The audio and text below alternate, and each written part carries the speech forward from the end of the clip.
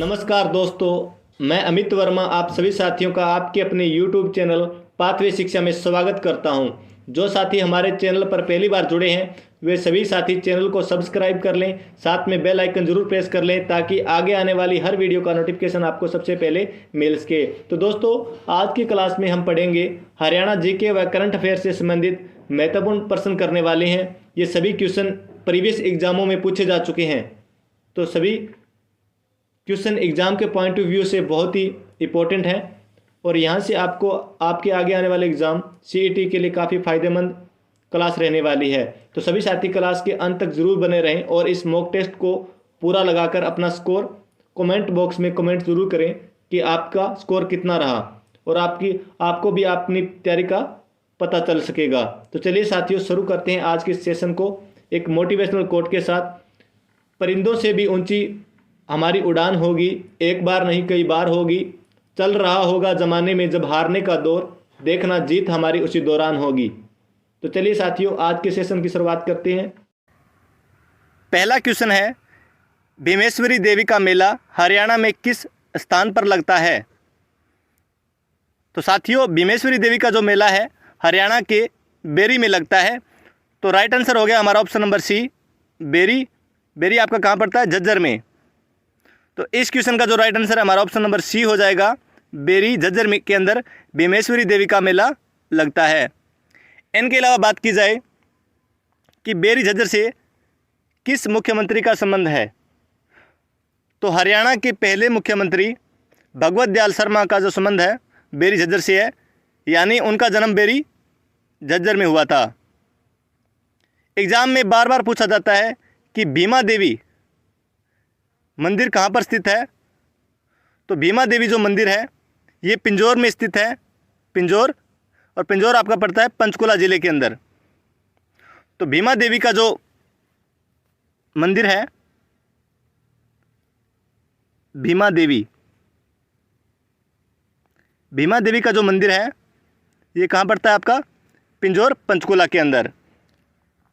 और इसे उत्तर भारत का खजुराहो भी कहा जाता है। भीमा देवी मंदिर को उत्तर भारत का खजुराहो भी कहा जाता है। नेक्स्ट क्वेश्चन है हमारा,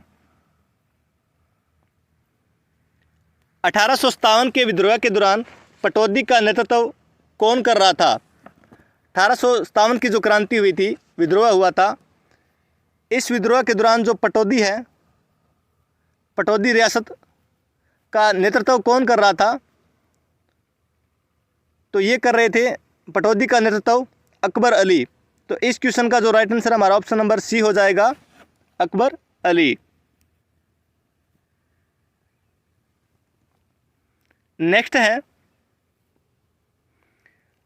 भाखड़ा बांध के वास्तुकार के रूप में किसे जाना जाता है?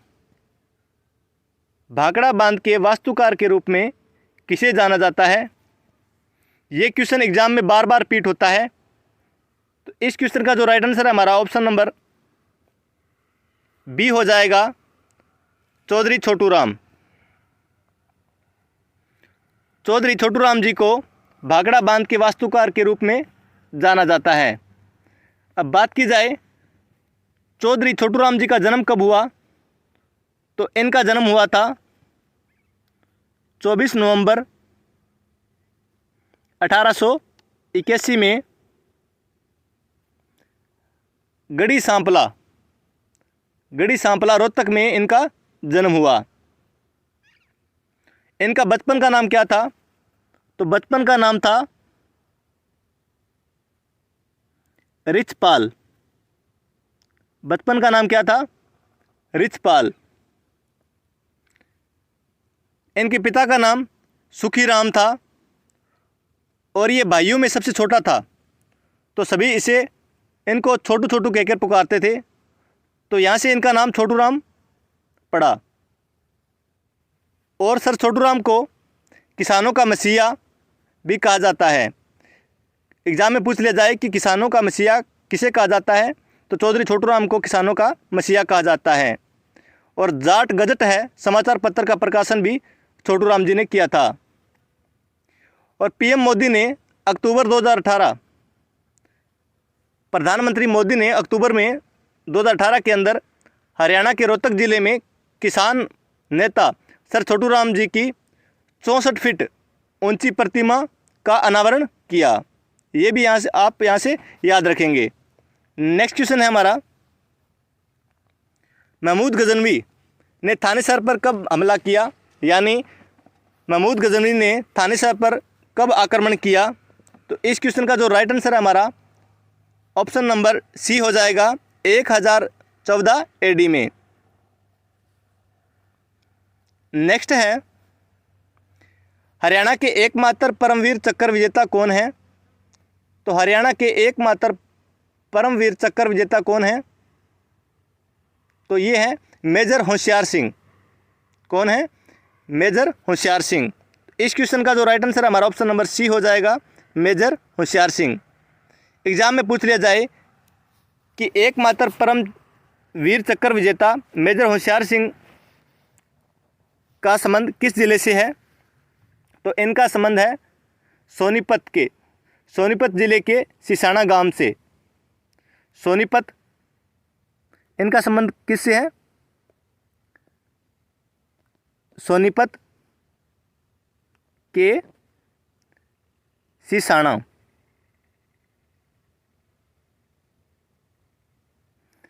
सोनीपत के सिसाना से इनका संबंध है और इनका जन्म हिंदू जाट परिवार में चौधरी हीरा सिंह के यहाँ हुआ था और मेजर होशियार सिंह को 1971 के अंदर परमवीर चक्र कब दिया था? 1971 में इनको परमवीर चक्र जिंदा रहते हुए दिया गया। और क्यों दिया गया था? क्योंकि 1971 में भारत पाकिस्तान के बीच युद्ध हो रहा था, तो इनमें ये योद्धा थे, तो इसी वजह से इन्हें परमवीर चक्र से नवाजा गया। नेक्स्ट क्वेश्चन है, बहुत ही इंपॉर्टेंट क्वेश्चन, हरियाणा में भूतेश्वर मंदिर कहाँ स्थित है? तो हरियाणा के अंदर जो भूतेश्वर मंदिर है किस जिले में स्थित है? तो इस क्वेश्चन का जो राइट आंसर हमारा ऑप्शन नंबर बी हो जाएगा, जींद जिले में। भूतेश्वर मंदिर है हरियाणा के जींद जिले में है और जींद जिले को हरियाणा की दुग्ध नगरी, हरियाणा का हर्ट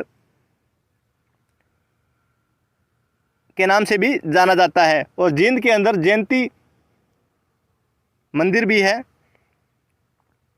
बात की जाए भूतेश्वर मंदिर का जो निर्माण है, यानी भूतेश्वर मंदिर को किसने बनवाया था? तो भूतेश्वर मंदिर को बनवाया था राजा रघुवीर सिंह ने। राजा रघुवीर सिंह ने भूतेश्वर मंदिर को बनवाया था। नेक्स्ट क्वेश्चन है, हर्षवर्धन की प्रसिद्ध कृति है, हर्षवर्धन की इनमें से कौन सी प्रसिद्ध रचनाएं हैं? तो इस क्वेश्चन का जो राइट आंसर हमारा ऑप्शन नंबर ए हो जाएगा, रत्नावली। रत्नावली जो कृति है वो हर्षवर्धन के द्वारा लिखित है। इनके अलावा बात की जाए तो नागानंद और प्रियदर्शिका, कौन सी?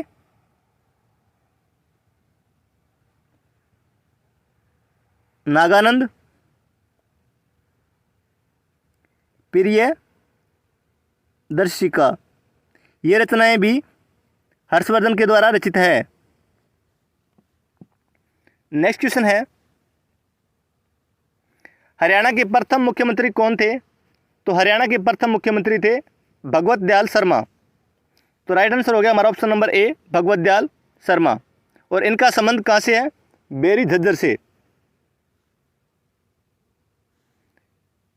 नेक्स्ट क्वेश्चन है,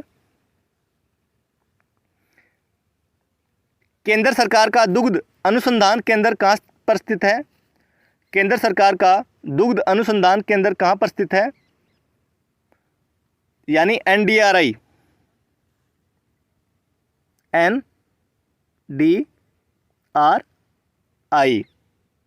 national dairy research institute. National dairy research institute ये कहाँ पर है? तो इस क्वेश्चन का जो राइट आंसर हमारा ऑप्शन नंबर बी हो जाएगा, करनाल। करनाल के अंदर केंद्र सरकार का दुग्ध अनुसंधान केंद्र NDRI स्थित है। राष्ट्रीय डेयरी अनुसंधान संस्थान हरियाणा के करनाल जिले में स्थित है। पशुपालन एवं डेयरी संस्थान की स्थापना मूल रूप से वर्ष 1923 में बेंगलोर में हुई थी। सबसे पहले 1923 के अंदर बेंगलोर में हुई थी और वर्ष 1936 के अंदर इसका विस्तार किया गया और इसका नाम इंपीरियल डेयरी संस्थान रखा गया। वर्ष 1955 में राष्ट्रीय डेयरी संस्थान का मुख्यालय करनाल में लाया गया, यानी करनाल के अंदर 1955 में राष्ट्रीय डेयरी संस्थान का मुख्यालय करनाल के अंदर स्थापित किया गया था। जाखल जंक्शन किस जिले में स्थित है? तो जाखल जंक्शन है ये फतेहाबाद जिले के अंदर स्थित है और फतेहाबाद को हरियाणा की पिंक सिटी कहा जाता है। हरियाणा की गुलाबी जो नगरी है वो फतेहाबाद जिले को कहा जाता है। अगर भारत में पूछ लिया जाए तो पिंक सिटी जयपुर है। इनके अलावा बात की जाए फतेहाबाद के अंदर 4 मंजिला बस स्टैंड भी बनाया गया है।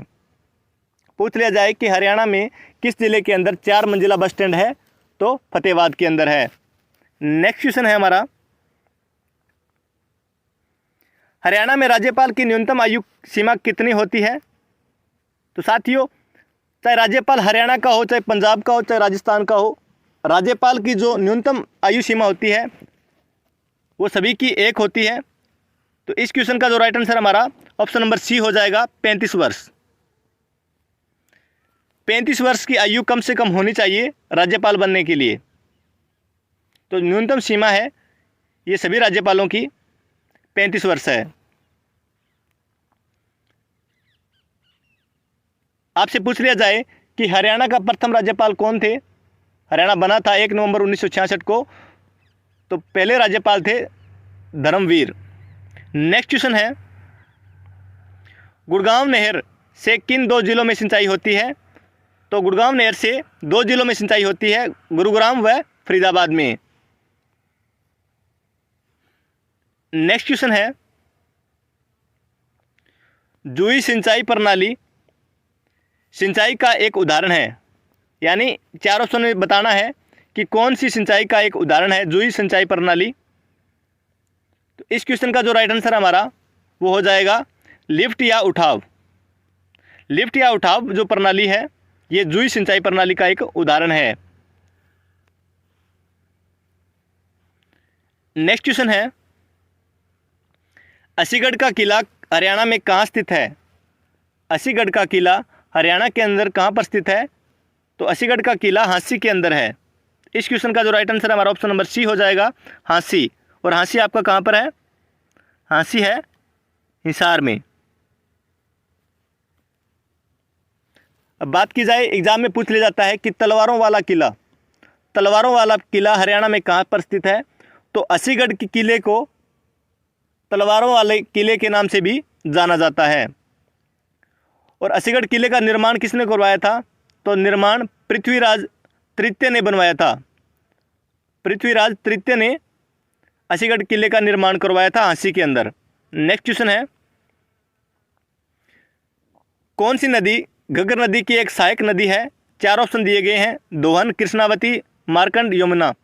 इन नदियों में बताना है कि कौन सी नदी घग्गर नदी की एक सहायक नदी है। तो राइट आंसर है हमारा ऑप्शन नंबर सी हो जाएगा, मार्कंड, जिसे मार्कंडा बोला जाता है। और अन्य नाम से भी जाना जाता है इनको, मार्कंड नदी को अरुणा नदी, अरुणा नदी। नेक्स्ट क्वेश्चन है, हरियाणवी रामायण की रचना किसने की? तो हरियाणवी जो रामायण है रचना की थी खुदा बख्श अहमद ने। तो इस क्वेश्चन का जो राइट आंसर है हमारा ऑप्शन नंबर सी हो जाएगा, खुदा बख्श अहमद हरियाणवी रामायण की रचना की। नेक्स्ट है, हरियाणा का इतिहास किसने लिखा? तो हरियाणा का इतिहास लिखा था पंडित श्रीराम शर्मा ने। तो राइट आंसर हो गया ऑप्शन नंबर ए, पंडित श्रीराम शर्मा। पंडित श्रीराम शर्मा ने हरियाणा के इतिहास के अलावा हरियाणा के नवरत्न पुस्तक, हरियाणा के नवरत्न पुस्तक का भी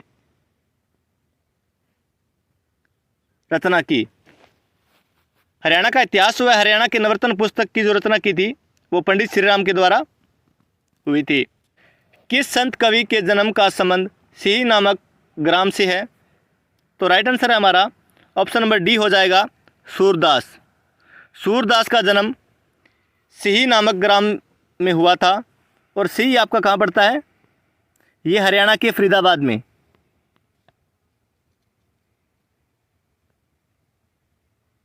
हरियाणा के फरीदाबाद में।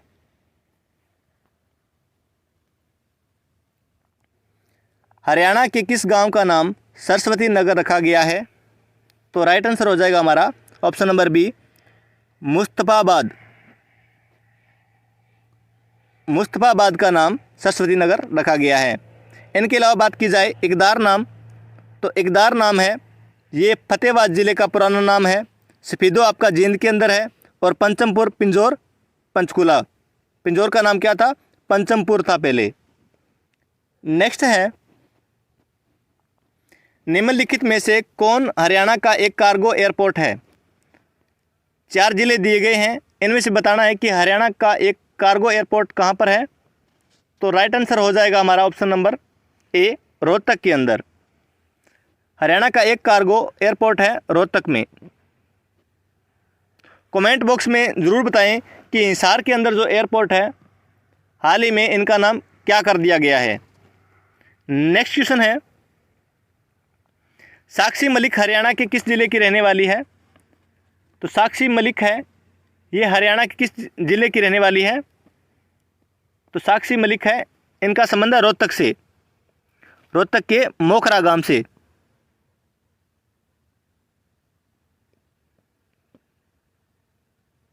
मोखरा गांव, मोखरा गांव रोहतक से संबंध है साक्षी मलिक का। और ये 58 केजी वेट कैटेगरी के अंदर कुश्ती लड़ती है, यानी ये इनका संबंध है कुश्ती से। एग्ज़ाम में पूछ लिया जाता है कि इनका जन्म कब हुआ। तो जो इनका जन्म हुआ था वो 3 सितंबर 1992 के अंदर मोखरा गांव रोहतक में इनका जन्म हुआ था। और ये पहलवान है। नेक्स्ट क्वेश्चन है, हरियाणा के रेवाड़ी में जन्म लेने वाले दिल्ली के अंतिम हिंदू शासक कौन थे? तो राइट आंसर हो जाएगा सम्राट हेमचंद्र विक्रमादित्य। नेक्स्ट क्वेश्चन है,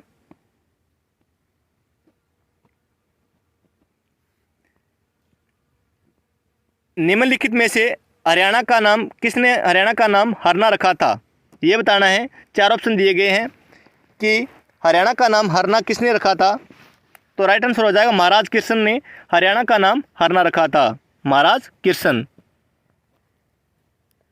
नेक्स्ट है, जनगणना 2011 के अनुसार साक्षरता की दृष्टि से हरियाणा का देश में कौन सा स्थान है? तो राइट आंसर है हरियाणा का स्थान है 22वां। तो right answer option number C हो जाएगा 22वां। अगर बात की जाए जो साक्षरता दर है वो कितनी है? 76.64%। नेक्स्ट है, किस वर्ष में हरियाणा में पहली दैनिक हरिभूमि प्रकाशित हुई थी? तो राइट आंसर हो जाएगा हमारा 1996। तो ऑप्शन नंबर राइट आंसर हो गया ऑप्शन नंबर सी 1996। 5 सितंबर 1996 साप्ताहिक हिंदी पत्रिका थी दैनिक हरिभूमि। और इसका प्रकाशन हुआ था वो रोहतक से हुआ था। कहाँ से हुआ था? रोहतक से। 5 सितंबर 1996। नेक्स्ट क्वेश्चन है,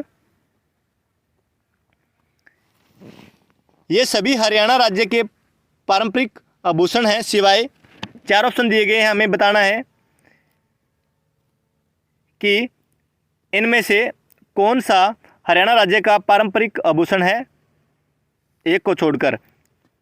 तो इस क्वेश्चन का जो राइट आंसर है हमारा ऑप्शन नंबर बी हो जाएगा, दिझोरू। दिझोरू हरियाणा राज्य का पारंपरिक आभूषण नहीं है। गलपटिया की बात की जाए तो गलपटिया है, पुरली है। पुरली कहाँ पहनी जाती है? पुरली नाक के अंदर पहनी जाती है। और गलपटिया की बात की जाए तो गलपटिया कहाँ पहना जाता है? गले के अंदर। कहाँ पहना जाता है? गले में। पुरली कहाँ पहनी जाती है? नाक के अंदर। इनके अलावा बात की जाए बंगड़ी, तो बंगड़ी हाथ में। बंगड़ी कहाँ पहना जाता है आभूषण? हाथ के अंदर। बोर या बोरला सिर के अंदर। एक आभूषण आता है रखड़ी बोरलो।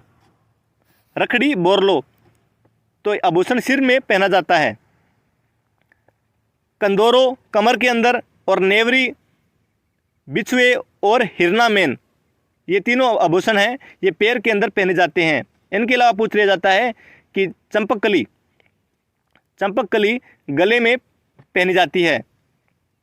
और अरसी है, अरसी नामक आभूषण उंगलियों में पहना जाता है। कर्णफूल की बात की जाए तो कर्णफूल कान के अंदर पहना जाता है। और खांच की बात की जाए तो खांच बाएं होती है हमारी, तो बाएं में पहना जाता है। तो ये सभी आभूषण आप यहाँ से याद रखेंगे, नोट कर लें। सभी आभूषण इंपॉर्टेंट है एग्जाम के पॉइंट ऑफ व्यू से।